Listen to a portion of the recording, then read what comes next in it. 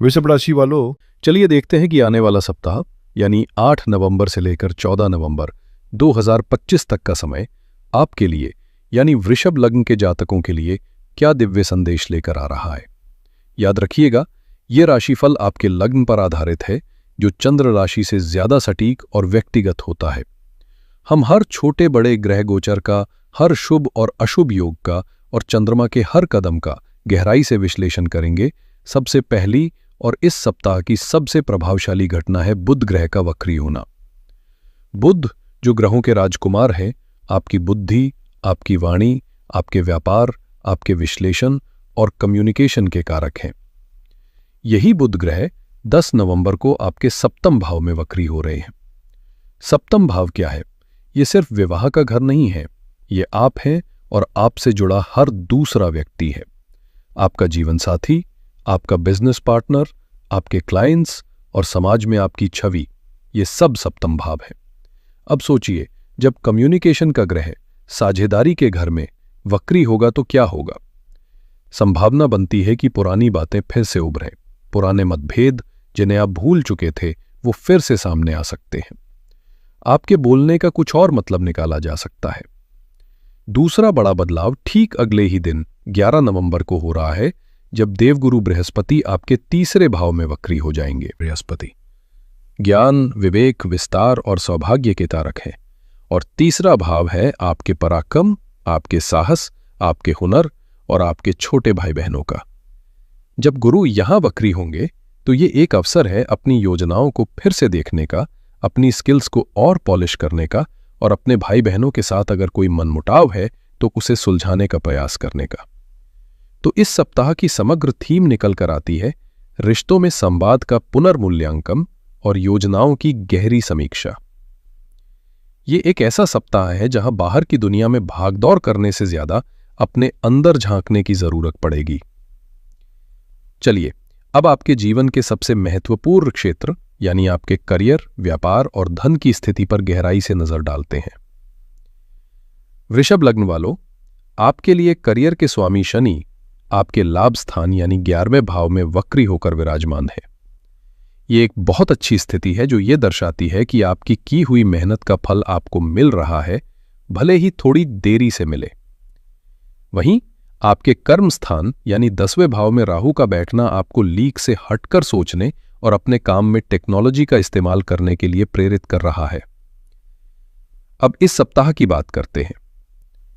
सप्ताह की शुरुआत थोड़ी धीमी रह सकती है, लेकिन जैसे ही हम सप्ताह के अंत में पहुंचेंगे, आपके लिए सुनहरे अवसर दरवाजे पर दस्तक देंगे। ज्योतिषी कैलेंडर में 13 और 14 नवंबर का दिन जॉब से जुड़े मामलों के लिए बेस्ट के रूप में चिन्हित किया गया है। इसका गहरा कारण समझिए। इन 2 दिनों में चंद्रमा आपके चतुर्थ भाव में सिंह राशि में गोचर करेंगे। चतुर्थ भाव आपके घर, आपकी मां और आपके मन की शांति का होता है।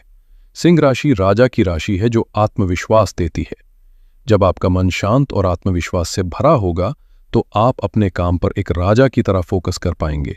और इसी चतुर्थ भाव से चंद्रमा की सीधी 7वीं दृष्टि आपके दशम भाव यानी कर्म स्थान पर पड़ेगी। ये एक अद्भुत योग है। इसका अर्थ है कि आपको अपने घर से, अपनी इनर पीस से अपने काम को करने की शक्ति मिलेगी। अगर आप जॉब इंटरव्यू के लिए जा रहे हैं तो आप बहुत कॉन्फिडेंट महसूस करेंगे। अगर आपको कोई बड़ा प्रेजेंटेशन देना है तो आपकी वाणी में एक ठहराव और प्रभाव होगा। इस समय का पूरा लाभ उठाएं। व्यापारियों के लिए यह सप्ताह एक गेम चेंजर साबित हो सकता है। आपके लिए एक बहुत बड़ी खुशखबरी यह है कि 10 नवंबर से लेकर 17 नवंबर तक का पूरा सप्ताह आपके बिजनेस के लिए बेस्ट रहने वाला है। इस सुनहरे दौर की शुरुआत 10 नवंबर को ही एक बहुत ही शक्तिशाली योग से हो रही है जिसका नाम है गजकेसरी योग। ये योग तब बनता है जब चंद्रमा और देवगुरु बृहस्पति एक साथ होते हैं। ये योग आपके तीसरे भाव में बन रहा है। चंद्रमा आपका मन है और गुरु आपका ज्ञान और विवेक। जब मन और ज्ञान का मिलन पराक्रम के घर में होता है तो व्यक्ति साहसी और विवेकपूर्ण निर्णय लेता है।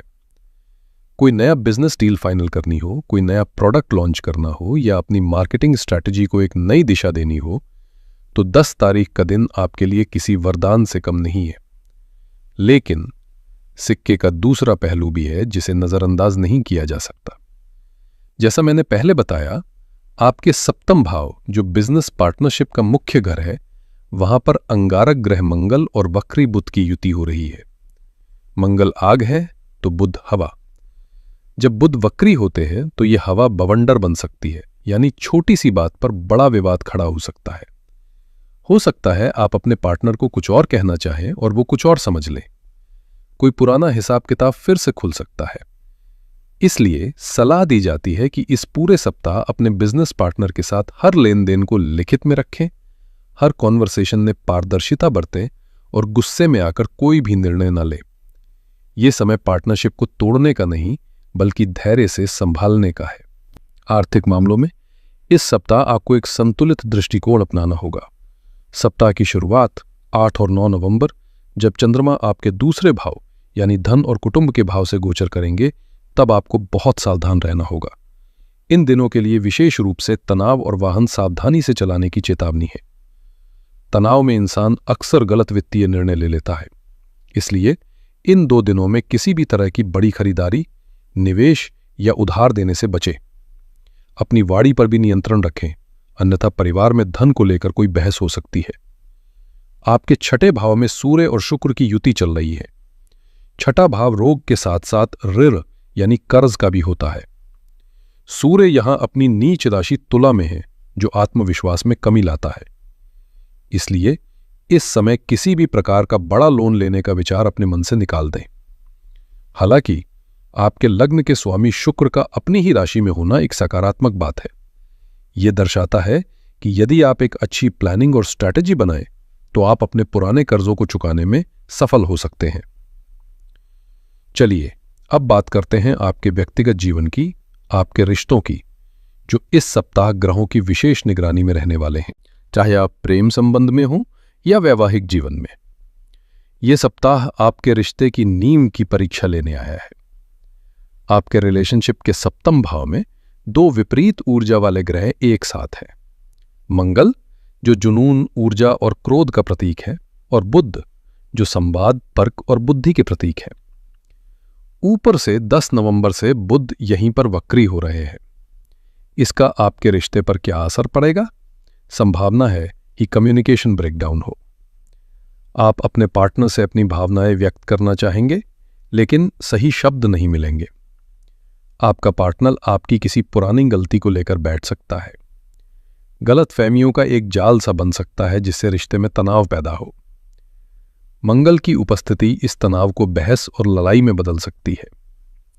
तो आपको क्या करना है?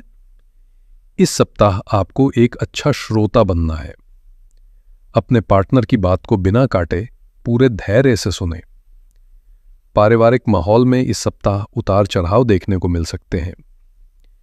सप्ताह की शुरुआत 8 और 9 नवंबर, जब चंद्रमा आपके दूसरे भाव में रहेंगे, तब परिवार के सदस्यों के साथ आपकी वाणी थोड़ी कठोर हो सकती है। सप्ताह का मध्य 10 और 11 तारीख भाई बहनों के साथ संबंधों को सुधारने के लिए बहुत अच्छा है। सप्ताह का अंत 12, 13 और 14 तारीख को चंद्रमा आपके चतुर्थ भाव में सिंह राशि में केतु के ऊपर से गोचर करेंगे। ये गोचर आपके मन में घर को लेकर एक तरह की अशांति या अकेलापन दे सकता है। इन दिनों में अपनी माता के स्वास्थ्य का विशेष ध्यान रखें। अब बात करते हैं वृषभ लग्न की उन गृहिणियों की जो घर की नींव होती है, घर का दिल होती है। आपके लिए यह सप्ताह भावनाओं और रिश्तों के दृष्टिकोण से बहुत महत्वपूर्ण रहने वाला है। आपके चतुर्थ भाव, जो कि आपके घर, सुख और मन की शांति का स्थान है, वहां पर लंबे समय से केतु ग्रह विराजमान है। केतु एक वैराग्य और अलगाव के कारक हैं, जिस वजह से आपको पिछले कुछ समय से घर में रहते हुए भी एक तरह का असंतोष या अकेलापन महसूस हो रहा होगा। आपको लग सकता है कि आप घर के लिए इतना कुछ करती हैं, लेकिन आपको वो अप्रिसिएशन नहीं मिलता जिसकी आप हकदार हैं। इस सप्ताह ये भावना और भी तीव्र हो सकती है, विशेष रूप से 12, 13 और 14 नवंबर को, जब चंद्रमा भी गोचर करते हुए इसी भाव में केतु के साथ आ जाएंगे। चंद्रमा आपका मन है, और जब वो केतु के संपर्क में आएंगे तो मन में बहुत ज्यादा बेचैनी, रेस्टलेसनेस और इमोशनल टर्मोइल होने की संभावना बन रही है। यह समय शिकायत करने का नहीं, बल्कि अपने लिए थोड़ा समय निकालने का है। अपनी हॉबी को समय दें, कोई अच्छी किताब पढ़ें या बस शांति से बैठकर ध्यान करें। घर को व्यवस्थित करने की कोशिश करें, इससे भी केतु का नकारात्मक प्रभाव कम होता है। आपके लिए इस सप्ताह का सबसे बड़ा चैलेंज आपके पति के साथ आपके संबंधों में आ सकता है। आपके सप्तम भाव, जो सीधे तौर पर आपके जीवन साथी का भाव है, वहां पर मंगल और वक्री बुध की युति हो रही है। इसका सीधा सा मतलब है गलतफहमियों का दौर। आपने कहा कुछ और, उन्होंने समझा कुछ और इसी बात पर बहस शुरू हो गई। मंगल की ऊर्जा इस बहस को लड़ाई में बदल सकती है। हो सकता है कोई बहुत पुरानी बात जो आप दोनों भूल चुके थे वो फिर से सामने आ जाए और तनाव का कारण बने। मेरी आपको यही सलाह है कि इस पूरे सप्ताह अपने पति के साथ किसी भी संवेदनशील मुद्दे पर बात करने से बचें। अगर वो गुस्से में है तो आप शांत हो जाएं। ये समय अपने रिश्ते को धैर्य और समझदारी से संभालने का है, अपनी बात मनवाने का नहीं। सप्ताह की शुरुआत 8 और 9 तारीख, जब चंद्रमा आपके धन भाव में होंगे, तब घर के बजट को लेकर थोड़ी चिंता हो सकती है या कोई अचानक खर्चा सामने आ सकता है। इस समय कोई भी बड़ी खरीदारी करने से बचें। आपके छठे भाव में सूर्य और शुक्र की युति हो रही है। छठा भाव हमारी दिनचर्या का होता है। शुक्र के प्रभाव से आपका मन घर को सजाने संवारने का कर सकता है, लेकिन सूर्य के नीच राशि में होने के कारण आपको शारीरिक ऊर्जा की कमी महसूस हो सकती है। आप काम तो बहुत करना चाहेंगी, लेकिन शरीर साथ नहीं देगा। इसलिए अपने ऊपर काम का ज्यादा बोझ न डालें और अपने स्वास्थ्य को प्राथमिकता दें। पहला सुख, निरोगी काया। चलिए देखते हैं कि स्वास्थ्य के मोर्चे पर यह सप्ताह आपके लिए क्या संकेत दे रहा है। इस हफ्ते आपको अपनी सेहत को हल्के में नहीं लेना है। आपके छठे भाव, जो रोग का भाव है, उसमें 2 ग्रह बैठे हैं, सूर्य और शुक्र। सूर्य, जो हमारी आत्मा और वाइटैलिटी के कारक हैं, अपनी नीच राशि तुला में है। जब सूर्य कमजोर होते हैं तो हमारी रोग प्रतिरोधक क्षमता भी कमजोर हो जाती है। इसके अलावा आपके लग्न के स्वामी शुक्र का छठे भाव में जाना भी स्वास्थ्य के लिए एक अच्छा संकेत नहीं माना जाता। यह आपको त्वचा संबंधी समस्याएं, गले में खराश या किसी तरह का इन्फेक्शन दे सकता है। इसके अलावा जैसा कि सप्ताह के शुरुआती 3 दिनों 8, 9 और 10 नवंबर के लिए तनाव और वाहन सावधानी से चलाने का स्पष्ट संकेत है, तो इन दिनों में अपने मेंटल स्वास्थ्य का विशेष ध्यान रखें। ज्यादा तनाव लेने से बचें, रात में पूरी नींद लें और वाहन चलाते समय बिल्कुल भी लापरवाही ना बरतें। विद्यार्थियों, ये सप्ताह आपके लिए किसी सुनहरे अवसर की तरह है। अपनी किताबें और नोट्स तैयार कर लीजिए, क्योंकि ग्रहों की ऊर्जा पूरी तरह से आपके पक्ष में है। आपके लिए 10, 11 और 12 तारीख को बेस्ट दिन के रूप में चिन्हित किया गया है। इसका सबसे बड़ा कारण है 10 तारीख को आपके तीसरे भाव में बनने वाला गजकेसरी योग। ये योग बुद्धि और एकाग्रता में असाधारण वृद्धि करता है। कोई भी मुश्किल विषय जो आपको पहले समझ नहीं आ रहा था, उसे इस दिन पढ़ने की कोशिश करें। आपको वो आसानी से समझ आ जाएगा।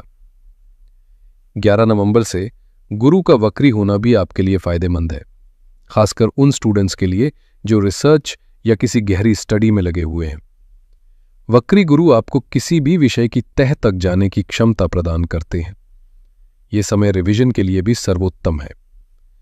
तो चलिए एक नज़र में पूरे हफ्ते का सार समझ लेते हैं। यह सप्ताह एक्शन से ज्यादा रिफ्लेक्शन का है। सप्ताह की शुरुआत तनाव और सावधानी की मांग कर रही है।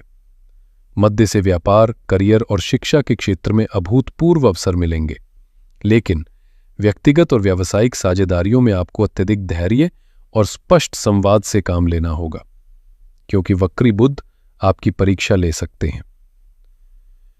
आपके लिए इस हफ्ते के सबसे शुभ और भाग्यशाली दिन 13 और 14 नवंबर रहेंगे। ये दिन विशेष रूप से आपके जॉब और करियर में उन्नति के लिए बहुत ही शक्तिशाली योग बना रहे हैं।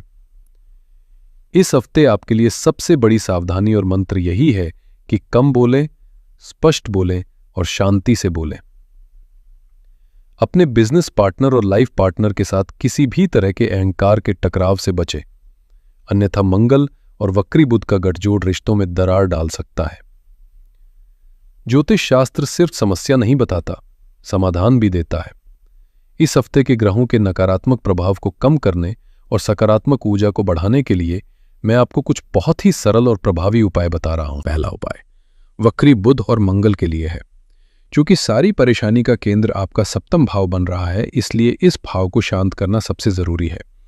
इसके लिए आप हर दिन, विशेषकर बुधवार को, भगवान गणेश की आराधना करें। ओम गंग गणपतये नमः मंत्र का कम से कम 108 बार जाप करें। भगवान गणेश बुद्धि के देवता हैं और सभी विघ्नों को हरते हैं। उनकी पूजा करने से आपकी वाणी में मधुरता आएगी और रिश्तों में आ रही बाधाएं दूर होने की संभावना बनेगी। दूसरा उपाय सप्ताह की शुरुआत के तनाव के लिए है। 8 नवंबर को संकष्टी चतुर्थी का पवित्र दिन है। संकष्टी का अर्थ ही है संकटों को हरने वाली चतुर्थी। इस दिन सुबह भगवान गणेश की पूजा करें और शाम को जब चंद्रमा उदय हो तो उन्हें जल अर्पित करें। ये उपाय चंद्रमा, जो आपके मन के कारक हैं, उन्हें बल देगा और शुरुआती दिनों के तनाव और घबराहट को कम करने में चमत्कारिक रूप से मदद करेगा। और तीसरा उपाय घर में शांति के लिए है, जो विशेषकर गृहिणियों के लिए है।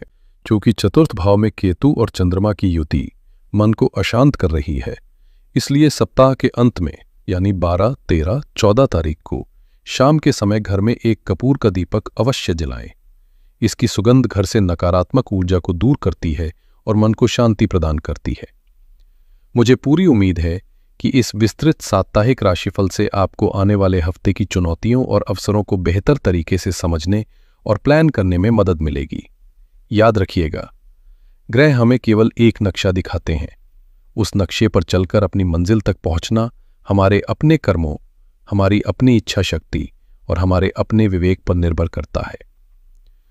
अगर ये वीडियो आपको अच्छी लगी हो, इसमें दी गई जानकारी आपके लिए उपयोगी साबित हुई हो, तो इसे अपना प्यार दें, लाइक करें, अपने दोस्तों और परिवार के साथ शेयर करें और इस ज्योतिषीय यात्रा में हमारे साथ बने रहने के लिए चैनल को सब्सक्राइब करना ना भूलें। आप सभी का आने वाला सप्ताह मंगलमय हो, आनंदमय हो। हर हर महादेव।